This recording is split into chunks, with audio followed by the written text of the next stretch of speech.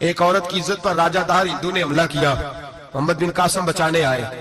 جب ہندوستان آئے فوج تھوڑی تھی، علاقہ تھوڑا تھا، راجہ دہر کی فوج بہت زیادہ، اور پھر اپنا عرب چھوڑ کے یہاں آ کے ہندوستان میں اس کے علاقے میں اس پہ حملہ کرنا، حالات خراب تھے۔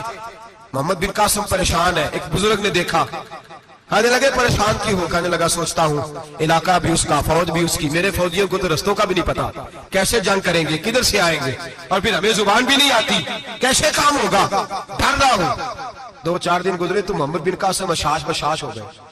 وہ بزرگ کہنے لگے خیر ہے، بڑے مطمئن ہو گئے ہو؟ کہنے لگے بس راجہ دہر ہم سے مقابلہ نہیں کر سکتا، راجہ دہر ہمارے مقابلے میں کھڑا نہیں ہو سکتا، وہ گرا کے گرا، وہ لڑکھڑایا کے لڑکھڑایا، ریزہ ریزہ ہو جائے گا۔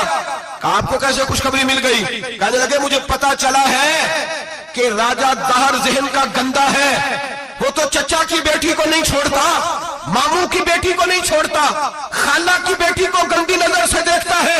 جس کا ذہن گندا ہوتا ہے وہ کسی کا مقابلہ نہیں کر سکتا، ہمیں فتح ہوگی، فتح، وہ گرے گا۔ وہ بزرگ کہتے ہیں میں سمجھ گیا کہ واقعی سے فتح ہوگی۔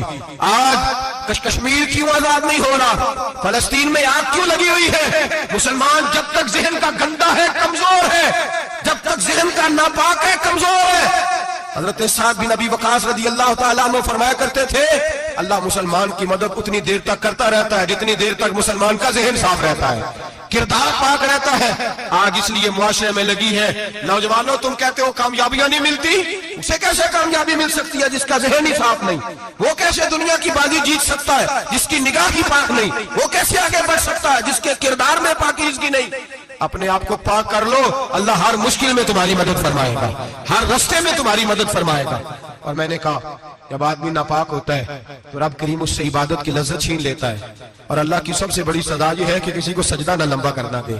رب کریم سب سے زیادہ اس سے ناراض ہے جس کو قرآن پاک کی کھولنے کی توفیق نہ ہو، سب سے زیادہ رب کریم اس شخص سے ناراض ہے جو اللہ کی بارگاہ میں جھکنے کی لذت چھوڑ جائے۔ میرے نبی پاک سید عالم علیہ السلام کے صحابہ لمبی عبادتیں کرتے تھے، لمبی۔